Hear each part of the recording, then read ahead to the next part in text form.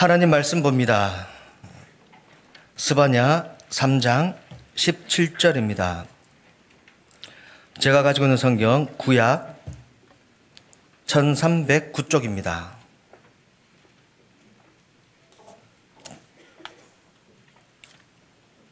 찾으셨으면 다 같이 한 목소리를 읽습니다.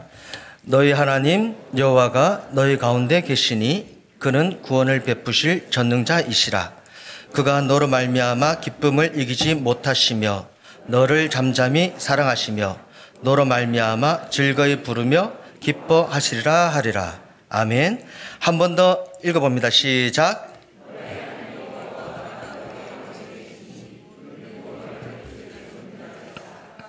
그가 너로 말미암아 기쁨을 이기지 못하시며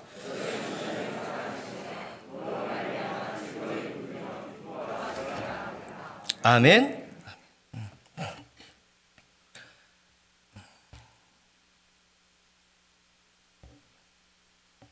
명절들 잘 보내셨습니까? 즐거우셨습니까? 기쁜 일만 있으셨습니까? 얼마 전에 윤희계가 MT를 했습니다. 윤희계 저희 주내임 교회 자치회 중에 이제 어른들 모임입니다. 그 자리에 불러서 갔습니다. 좋아하는 찬송을 부르래요. 저는 노래에 알러지가 있습니다. 음치에다가 박치입니다. 굉장히 애를 썼는데 그래도 부르라고 그럽니다. 그래서 떠오르는 찬양이 어떤 찬양이었냐면 이 찬양이었습니다. 저 장미꽃 위에 있을 아세요? 저 장미꽃 벌써 입이 말라요. 노래 가사가 참 이쁩니다. 일단 그죠? 저 장미꽃 위에 있을 아직 맺혀있는 그때에 귀에 은은히 소리 들리니 주음성 분명하다. 주님 나와 동행을 하면서 나를 친구 삼으셨네. 우리 서로 받은 그 기쁨은 알 사람이 없도다. 제가 윤희계에게 참 감사한 건 뭐냐면 찬양을 홀로 부르도록 내버려 두지 않았다. 같이 따라 불러 주셨어요. 이 찬양을 참 좋아합니다. 이 부분이 참 좋아요. 주님 나와 동행을 하면서 나를 친구 삼았고 그리고 우리 서로 받은 그 기쁨, 서로 받은 그 기쁨 굳이 말하지 않아도 눈빛만 봐도 이렇게 손 한번 이렇게 잡아도 통하는 게 있잖아요. 찌릿 흐르는 게 있잖아요. 통하는 주님과 통하는 기쁨이 있으면 얼마나 좋을까라는 겁니다. 주님이 내 마음 알아주신다면 아니 주님만 내 마음 알아주시더라도 이 세상을 버틸만 할 텐데 주님이면 충분하다라는 거죠. 그러면서 드는 생각이 그럼 주님은 나를 바라보실 때 어떤 표정이실까? 우리 서로 받은 그 기쁨 하는데 저 혼자 기뻐하면 곤란하잖아요. 그러니까 주님이 나를 바라보신 표정은 어때? 정말 기뻐하실까? 그렇다면 주님은 어떤 표정을 지으실까? 여러분에게도 한번 여쭤봅니다. 만일 지금 주님이 여러분을 바라보신다면 어떤 표정을 지으실까요? 웃으실까요? 찡그리실까요? 아니면 째려보실까요? 어떤 표정을 지으실 것 같습니까? 여러분이 기대하는 표정을 서로 바라보면서 한번 지어봅니다. 시작. 곤란하죠? 어떤 표정을 지었으면 좋겠어요? 기뻐하는 그 표정, 막 호들갑 떨지 않아도 보면 알잖아요. 눈빛만 봐도 알잖아요. 저게 개슴츠레하다.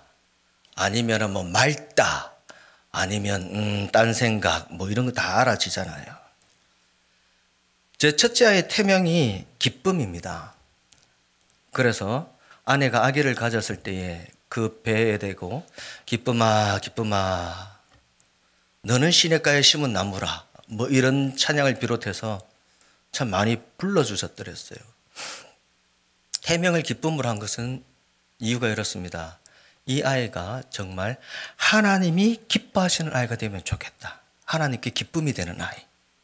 그리고 하나님을 기뻐하는 아이가 되었으면 좋겠다라는 거죠. 하나님이 기뻐하시는데 딴 놈 팔면 안 되잖아요. 그렇게 기도를 해서 드렸어요. 지난 주일에 있었던 일입니다.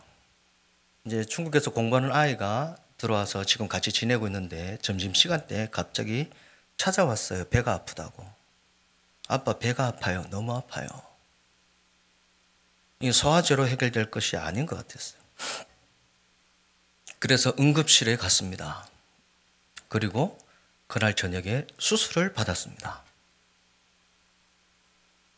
그 전에 다른 신방이 하나 있어서 병원 신방이 있어서 들렸다가 갔어요. 딸아이 신방을 간 셈이죠. 그런데 늦지 않게 갔어요. 저녁 8시에 수술실로 이제 들어가는데 마음이 쉽지 않은 거예요. 처음인데 걱정도 되고 무섭기도 할 텐데. 근데 딸애가 들어가면서 씩 웃는 거예요. 머리에는 이제 이거 썼을 거 아니에요, 그죠? 쓰고 여러분 누워보셨어요? 그렇게 쓰고 이렇게 씩 이렇게 웃으며 들어가는 거예요. 하나님을 믿고 들어가는 딸을 보면서 뭉클한 거예요. 저 따라 들어갈 수 없잖아요, 그죠? 또 하나님을 믿기에 들여보내는 아비 된 자로서 기쁨이 올라왔어요. 참 씩씩하구나 라는 거죠. 아빠 나 어떡해, 무서워, 매달린 데를 어떻게 하겠어요. 그런데 그렇게 V자를 그리면서 들어가는 거예요. 많이 컸구나, 자랐구나. 아비가 자녀들이 언제 기쁠까? 어떤 모습이? 성숙한 모습인 거잖아요. 아비의 마음을 아는 것 뿐만 아니라 자신이 누구인지를 아는 것, 그리고 그것에 맞는 모습을 보이는 것. 하나님의 인생들이 어떤 모습을 보일 때 기뻐하실까? 8시에 들어갔는데 1시간 반, 2시간 그랬는데 3시간 가까이 되도록 안 나오는 거예요. 마음이 좀 허전한 거예요. 그런데 다행히도 시간은 넘겼지만 잘 마치고 나와서 지난 수요일에 퇴원을 하고 경과도 좋아요. 하나님께서 그 아이의 믿음이 부끄럽지 않게 하셨다라는 거죠. 하나님을 기뻐하는 아이, 그 형편 가운데서도 놓치지 않는. 오늘 본문에서 이렇게 말씀합니다. 너희 하나님 여호와가 너희 가운데 계시니 그는 구원을 베푸실 전능자이시라. 그가 너로 말미암아 기쁨을 이기지 못하시며 너를 잠잠히 사랑하시며 너로 말미암아 즐거이 부르며 기뻐하시리라 라는 거죠. 너희 하나님은 어떤 하나님이신가? 우리 가운데 계시는 하나님은 바로 우리에게, 저와 여러분에게 구원을 베푸실 전능자이시다 라는 거죠. 그 하나님은 어떤 하나님이신가요? 그러면 바라보기만 하시는 분이 아니다. 어이구 큰일 났네, 잘남 해봐라, 이런 분이 아니라 인생들을 그 문제 구덩이 속에서 넉넉히 회복시키실 뿐만 아니라 살 길을 열어주시는 분이시다. 기쁨을 이기지 못하시며, 이 말은 이런 뜻이에요. 기뻐서 어쩔 줄 모르는 것.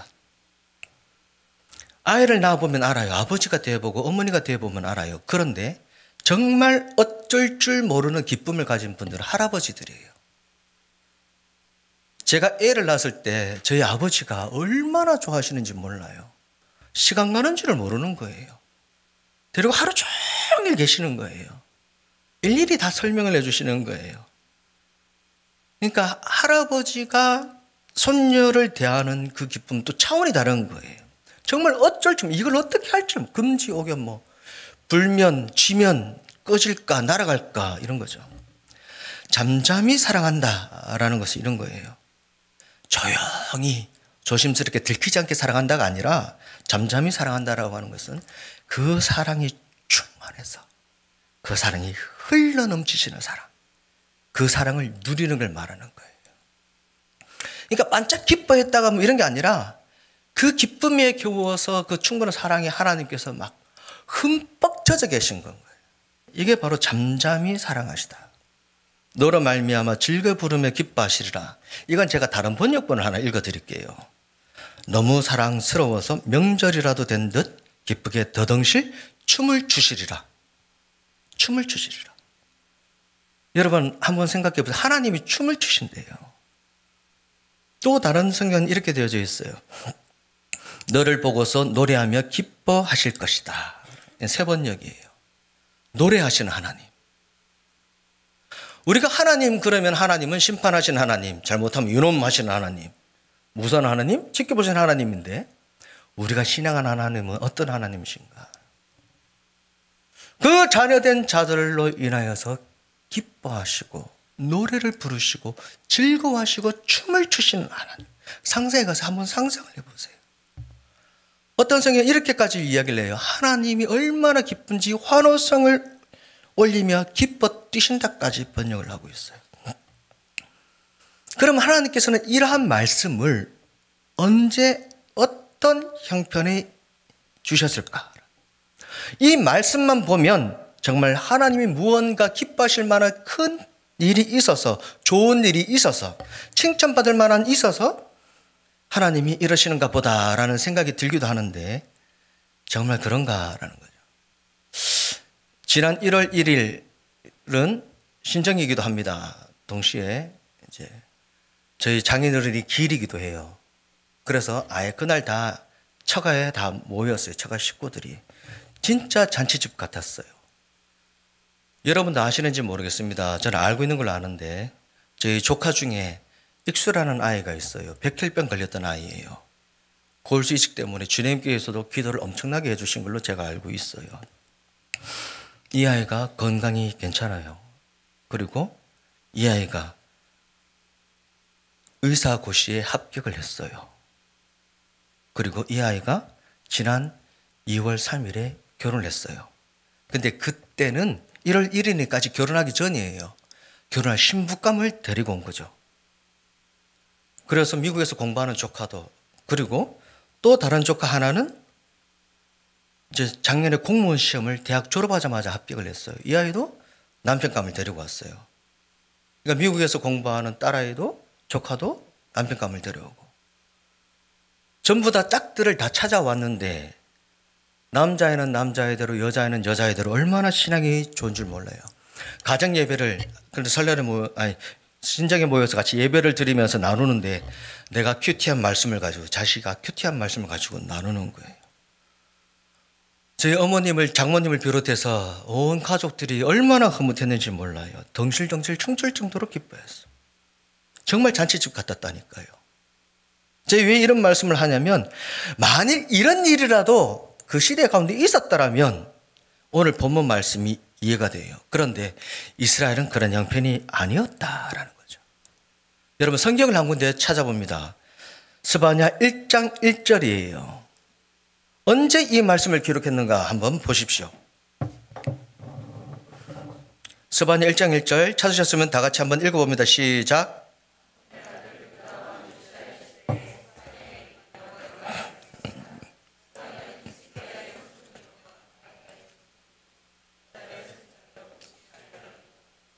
아멘. 유다 왕 요시야의 시대라고 합니다. 요시야라는 왕은 어떤 왕이냐면 여호사밧, 히스기야 이런 왕들과 더불어서 이스라엘 가운데 유다 가운데 3대 선왕에 들어가는 왕이에요. 그런 이 요시야 왕의 족보를 한번 살펴볼 필요가 있어요. 요시야의 할아버지는 므낫세예요. 이 므낫세는 어떤 왕이냐면 남유다 역사상 최고로 악한 왕이에요. 나쁜 왕이에요. 55년 동안 다스렸어요. 자신의 아버지 히스기야가 일으킨 종교개혁을 싸그리 다 원점으로 돌린 인물이 바로 이 므낫세라는 왕이에요. 아수르가 힘이 셌어요. 아수르에 조공을 바쳤어요.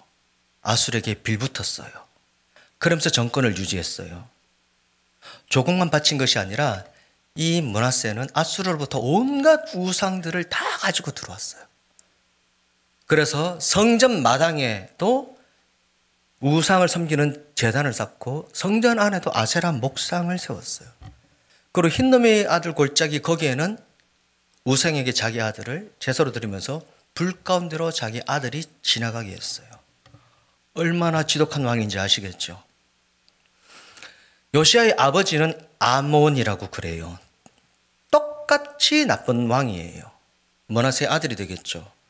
얼마나 악하고 나쁜지 2년 만에 신하들이 견디지 못해서 그만 이 왕을 암살해버리고 말아요. 신하에게 죽임을 당할 정도로 지긋지긋한 왕인 거예요. 그리고 요시야가 8살에 왕이 되었어요. 할아버지가 55년을 말아먹었어요. 아버지가 또 2년을 말아먹었어요. 그리고 8살 그 어린 나이에 왕이 됐어요. 이때 북이스라엘은 이미 망했어요. 남유다는 이 선조들이 해놓은 것으로 말미암아 구석구석까지 타락할 대로 타락했. 그래서 하나님의 심판이 예고된 때였다라는 거죠. 그래서 스바냐서 1장을 보게 되면 이렇게 이야기를 해요. 그런데도 하나님을 배반하고 따르지 않고 여호와를 찾지도 구하지도 않았더라라는 거예요. 이런 시대 가운데 요시야가 어린 나이 8살에 왕이 되었다. 이런 시대 가운데 하나님께서 스바냐에게 임하셔서 말씀을 선포하셨더라. 바로 오늘 말씀인 거예요. 너희 하나님 여호와가 너희 가운데 계시니 너로 말미암아 즐거이 부르며 기뻐하시라. 이상하지 않습니까? 상황만 보면 적절하지 않은 거예요. 기뻐하실 만한 일이 오늘날 말로 해서 1도 없는 그때에 하나님이 이런 기쁨을 노래하고 있다라는 거죠. 어릴 때였어요. 제가 울산에 살 때인데 집이 골목 안에 있었어요. 골목 안에 있는데 갑자기 골목 안에 아침에 시끄러운 거예요. 이놈아 이리 안 오나? 그러니까 왜 그래요? 그러고 막 타타타타타 뛰어나오는 소리가 들리는 거예요. 그러고는 막 이놈의 새끼 부직갱이로 다리를 분질러 버려야지 막 그러는 거예요. 그럼 그다음에 이 여자 목소리가 들려요. 여보 왜 그래요? 그러면 막 지저분한 소리가 들려요. 아이는 도망 나오고 엄마는 아비를 말리면서 남편을 말리면서 쫓아와요. 아버지가 뒤에서 소리 질러요. 그래 살려면 집에 들어오지 마라 그러는 거예요. 엄마가 바깥에서 떨고 있는 아들 보고 그래요. 네가 잘못했잖아. 잘못해서 빌어라. 그러면 되는데 도대체 왜 이런 말을 안 듣냐라는 거예요. 엄마 내가 뭘 잘못했는데 도대체 내가 뭘 잘못했는데 아들이 이러면 곤란한 거예요. 무슨 말이에요? 엄마가 이야기를 아빠가 야단칠 때 용서를 구하고 야단 맞을 짓을 하지 않으면 되는데 아버지가 그렇게 야단치는데 그렇게 뛰쳐나오면 어떻게 하라는 거냐는 거죠. 다 네 사람대로 그러는 거 아니냐라는 거예요.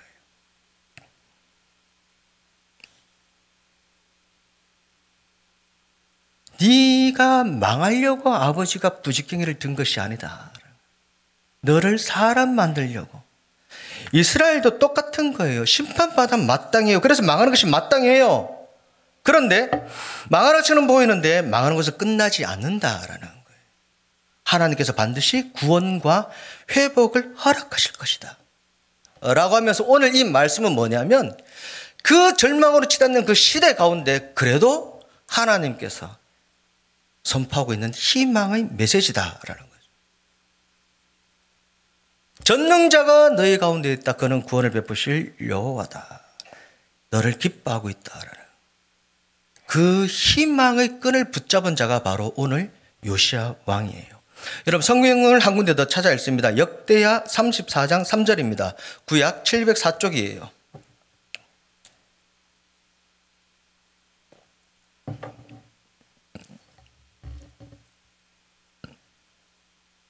역대하 34장 3절 찾으셨으면 같이 한번 읽어봅니다. 시작.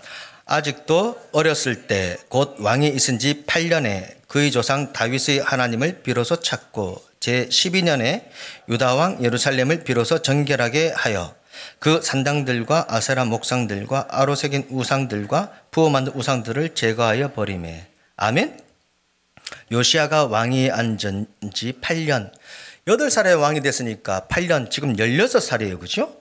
그의 조상 다윗의 하나님을 비로소 찾기 시작했더라. 찾기 시작했더라. 55년간, 2년간 그렇게 나라를 말하면 그 형편 가운데 왕이 되고서 이 요시야가 하나님을 찾기 시작했더라. 그 어간의 세계에 어떤 일이 있었냐면 이런 일이 있은 거예요. 아까 아수르에게 조공을 바치고 있었다고 그랬잖아요. 그죠? 그런데 이제 바벨론이라는 새로운 나라가 일어나서 아수르의 위협이 돼요. 그러니까 아수르에게 억눌려 있던 다른 여러 나라들이 일어나서 이제 반란들을 일으키는 거예요. 저항하기 시작한 거예요. 이때 요시야가 아수르가 조공을 바치라고 할 때 됐다. 이제 우리는 그만 바치겠다. 거절한 거예요. 하나님을 찾았다라는 거죠. 할아버지가 아수르에게 매달렸어요. 조공을 바치면서. 그런데 요시야는 아니다라는 거예요. 아수르에게 종을 바치며 의지하고 정권을 유지하기 위해서 그렇게 한 것이 아니라 하나님을 붙잡았더라라는 거죠. 그리고는 정치적으로 종교적으로 이제 일어서려고 그래요. 제 12년 몇 살이에요? 이제 20살이 되어졌어요. 아수르가 이제 내분으로 말미암아 정권이 바뀔 그때예요. 이 요시야가 그때를 놓치지 않고 산당들을 다 제거하기 시작하는 거예요. 우상들을 다 무너뜨리기 시작하는 거예요. 그러면서 이때 어떤 일이 있었냐면 이스라엘이 남과 북으로 나뉘어졌었는데 북이스라엘이 아수르에게 망했는데 이 요시야가 이때 이 북이스라엘 갈릴리 지역까지 영토를 넓히는 거예요. 여로보암 이후로 남북이 분열되었어요. 그렇죠? 그 이후에 처음으로 요시야 때에 이것을 같이 전체를 다스리게 된 거예요. 하나님을 붙잡고 아수르를 거절하고 아수르부터 들어온 우상들을 제거하기 시작할 때 영토를 회복하고 그리고 하나님의 신앙을 회복하고자 했더라라는 거예요. 역대하 34장 8절이에요. 요시야가 왕이 있은 지 18째 해 그 땅과 성전을 정결하기를 마치고 하나님 여호와의 전을 수리하려 하여라는 거예요. 성전을 정결하게 마쳤다. 지금 18일자란 말은 뭐예요? 이 20살에 시작해서 26 될 때까지 6년 동안이나 그 땅에서 우상들을 제거하기 시작했는데 그것이 아직도 다 끝나질 않았어요. 그런데 그렇게 나름 정결하게 하고 성전을 수리하기 시작했더라. 그런데 성전을 수리하다가 하나님의 율법, 모세가 기록한 하나님의 율법책을 발견하게 돼요. 그리고 그 율법책을 이 요시야 왕 앞에서 읽기 시작할 때 요시야가 옷을 찢으며 통곡을 해요. 이 성전에서 발견한 율법책은 모세가 전한 여호와의 율법책이라고 하는데 신명기라고 해요. 신명기 핵심은 다른 게 아니에요. 하나님이냐 우상이냐라는 거죠. 신명기 6장 4절에 이렇게 시작하잖아요. 쉐마 이스라엘, 이스라엘아 들으라. 우리 하나님 여호와는 오직 유일한 하나님이시니 여호와시니 너는 마음을 다하고 뜻을 다하고 힘을 다하여 내 하나님 여호와를 사랑해라. 하나님을 사랑해라. 이게 신명기의 핵심인 거예요. 하나님을 사랑하면 우상은 버리는 거잖아요. 이 두 갈래 길에서 어떤 선택을 하는가에 따라서 축복이냐 저주냐가 결정이 돼요. 이 요시야가 아버지를 봐도 그렇고 할아버지를 봐도 그렇고 너무나도 뻔한 거예요. 저주를 받을 것이. 그리고 이 땅에 미친 화가 너무나도 끔찍해서 옷을 찢고 통곡할 수밖에 없었어요. 그래서 이 말씀을 들고 하나님께 물어봐라. 그래서 신하들이 이것을 들고 여선지 훌다를 찾아가요. 훌다가 이렇게 이야기를 합니다. 유다 왕이 읽은 책의 말씀 그대로 임할 것이다. 이 백성이 나를 버리고 우상을 섬겼기 때문에 내가 경로를 일으켰는데 이 진노의 불이 꺼지지 않을 것이다. 이건 므낫세 때 이미 예고된 거예요. 그런데 요시야 너는 이 하나님 말씀 앞에 옷을 찢고 통곡했기 때문에 너는 내가 이 땅에 내리는 재앙을 보지 아니하리라 말씀하십니다. 이제 남유다의 운명이 분명해졌어요. 요시야는 나라의 장래에 대해서 알게 되었어요. 유다와 예루살렘이 심판에 이르고야 말 것이다 라는 거예요. 만약에 여러분이 요시야 왕이라면 이 형편 가운데 어떻게 하셨을 것 같습니까? 나의 운명에 대해서도 알아야 그죠? 알 것이다. 자신의 앞날에 대해서 알아야 그죠? 나는 그래마 평안할 것이다 라는 거예요. 돌이킬 수도 없고 번복될 수도 없어요. 선지자를 통해서 확인되어졌어요. 왕으로서 어떻게 해야 할 것인가. 요시야는 그런 희망 없는 그 시대에 절망하지 않았다. 그리고 파멸로 가는 것이 정해진 그때에 낙심하지도 자포자기하지도 않았더라라는 겁니다. 이 요시야가 그 말씀을 듣고서는 한 일이 이거예요. 장로들을 다 모읍니다. 여호와의 성전으로 올라가자. 성전으로 올라가자. 유다 사람들, 예루살렘 주민들, 대사장들, 선지자들, 어린아이 어른 할 것 없이 다 백성들이 함께 그 자리에 모였어요. 요시야가 단 위에 섭니다. 그리고는 그 읽은 말씀을, 성전에서 발견한 언약책의 말씀을 조목조목 백성들 앞에 읽어줍니다. 마음을 다하고 뜻을 다하여 하나님께 순종하자. 계명과 법도와 율례를 지켜서 언약의 말씀을 다 지키자. 내가 하나님께 서약합니다. 그리고 백성들도 따라서 그 언약에 따르기로 합니다. 말씀으로 말미암아 심판이 정해진 그때 여호와가 한 일은 될 대로 되라. 내가 여지껏 얼마나 애를 썼는데 그래도 망할 수밖에 없다니 하고 마음대로 흐트러지지 않았더라라는. 열심히 수고를 했어요. 그런데도 결과는 심판이래요. 그러면 어떻게? 그래도 하나님 앞에 나가자라는 거예요. 모으고 백성들과 함께 나가서 하나님 앞에 맹세를 하면서 말씀을 지키기로 서약을 했더라. 그래서 성경은 요시야에 대해서 이렇게 평가를 합니다. 성경을 한 군데 찾아봅니다. 열왕기하 23장 24절 25절이에요.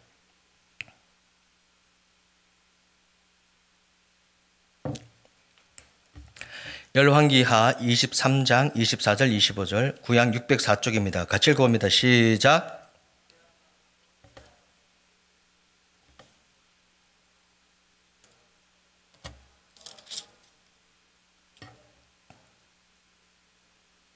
여호와의 성전에서 발견한 책에 기록된 율법의 말씀을 이루려 함이라. 25절 요시야와 같이 마음을 다하며 뜻을 다하며 힘을 다하여 모세의 모든 율법을 따라 여호와께로 돌이킨 왕은 요시야 전에도 없었고 후에도 그 같은 자가 없었더라. 아멘. 그리고 역대하 34장에서는 이렇게 이야기를 해요. 요시야가 사는 날 동안에 백성이 그들의 조상들의 하나님 여호와께 복종하고, 요시야가 사는 날 동안에 백성들이 그들의 하나님 여호와께 복종하고 여호와를 떠나지 아니하였더라. 여호와를 떠나지 아니하였더라. 무엇이 요시야를 그렇게 하게 했을까? 바로 오늘 말씀이다라는 거예요. 너희 하나님 여호와가 너희 가운데 계시니 그는 구원을 베푸실 전능자이시라.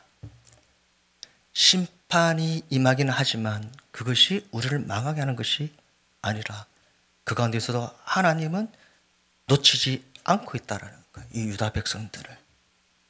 그는 어떤 하나님?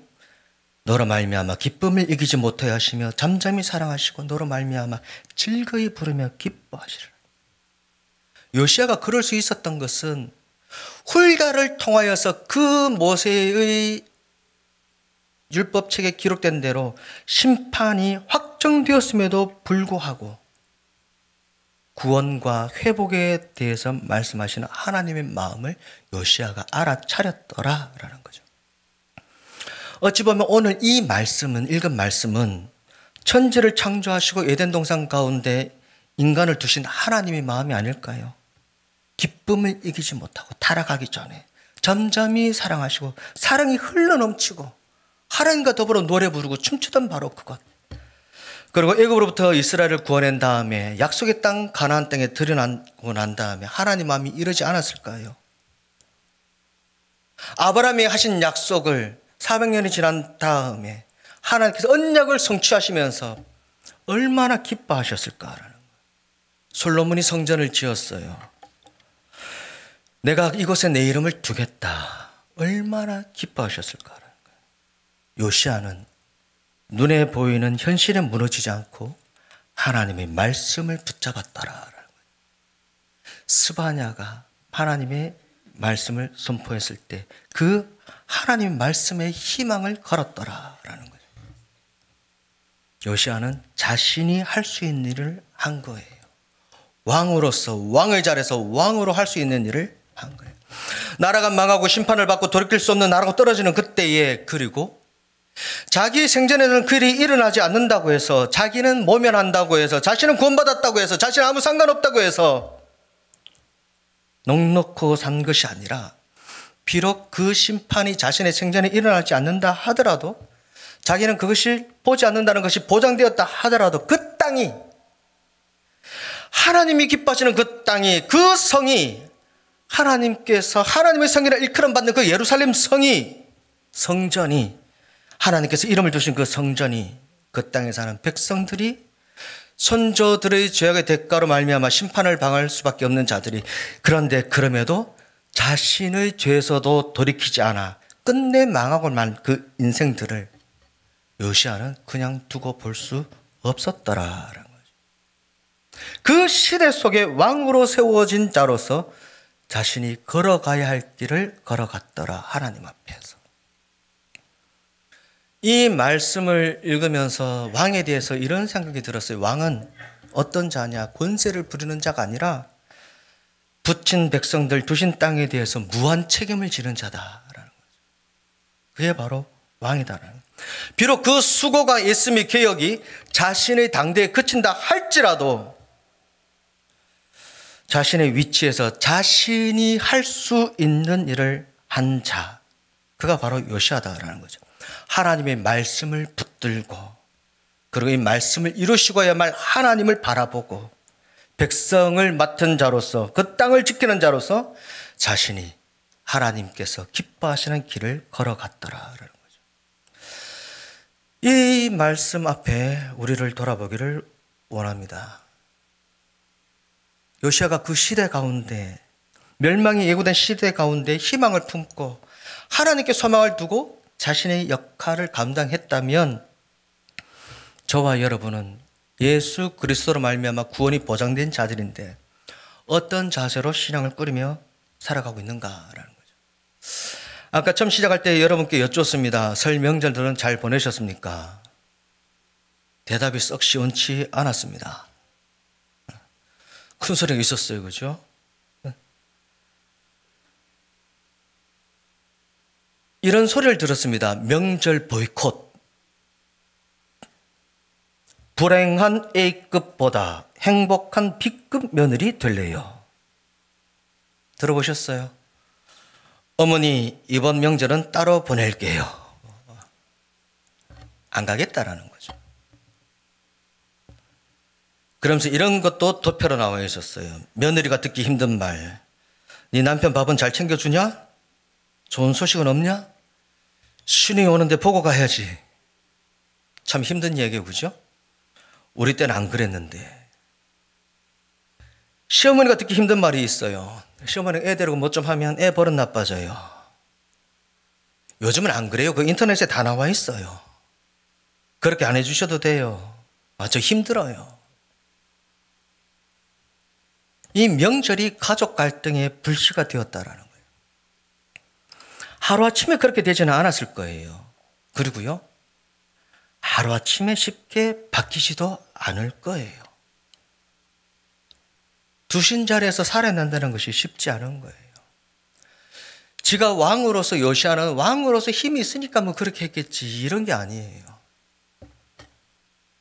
두신 자리에서, 가족들 가운데 하나님이 나를 두셨다면 그 자리에서 어떤 모습을 보이는가?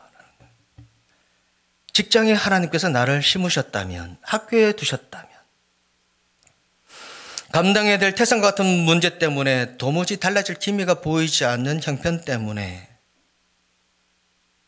낙심하거나 포기하거나 주저앉아 있지는 않은지 우리를 한번 돌아볼 필요가 있다라는 거죠. 정말 오늘 부른 찬송가대로 그래요. 고단한 인생길 힘겨운 오늘이 맞아요. 그죠? 그럼 요시야 때는 쉬운 인생길이었을까요?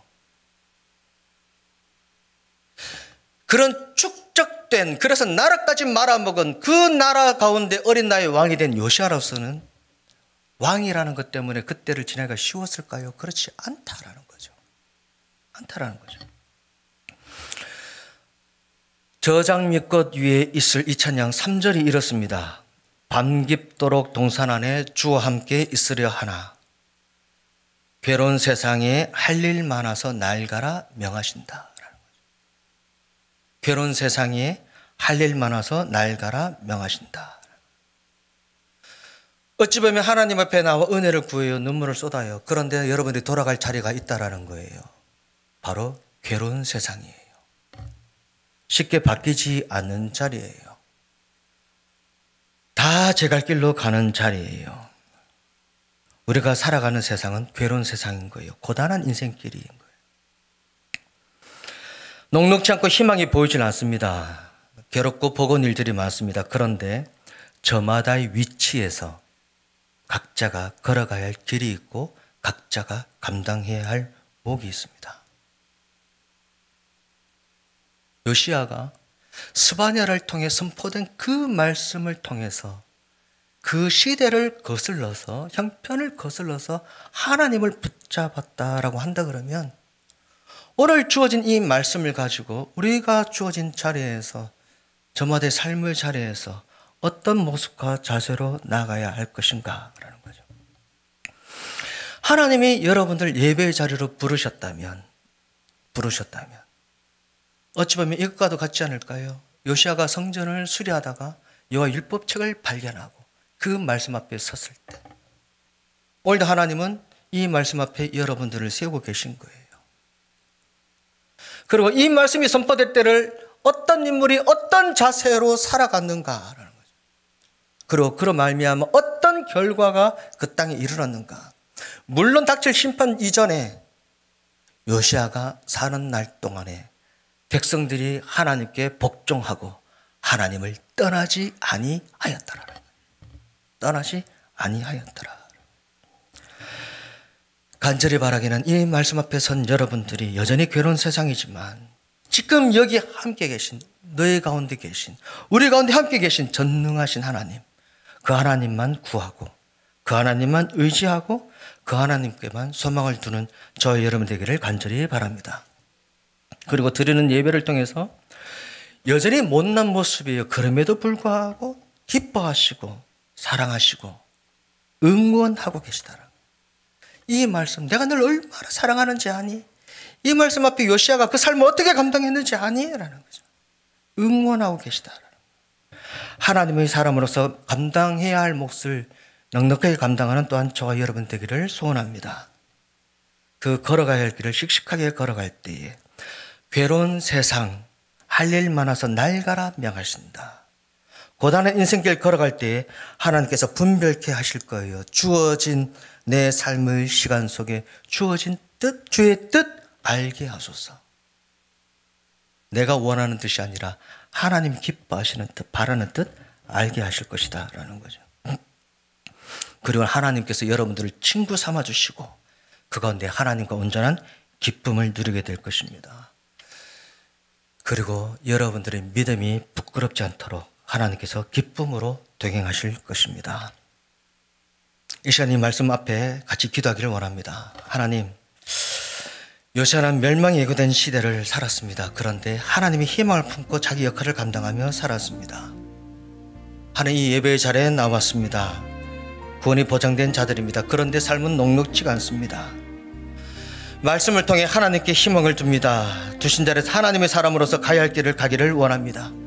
하나님 도와주옵소서. 이 시간에 같이 기도하며 나아가도록 합니다. 살아계신 아버지 하나님 감사합니다.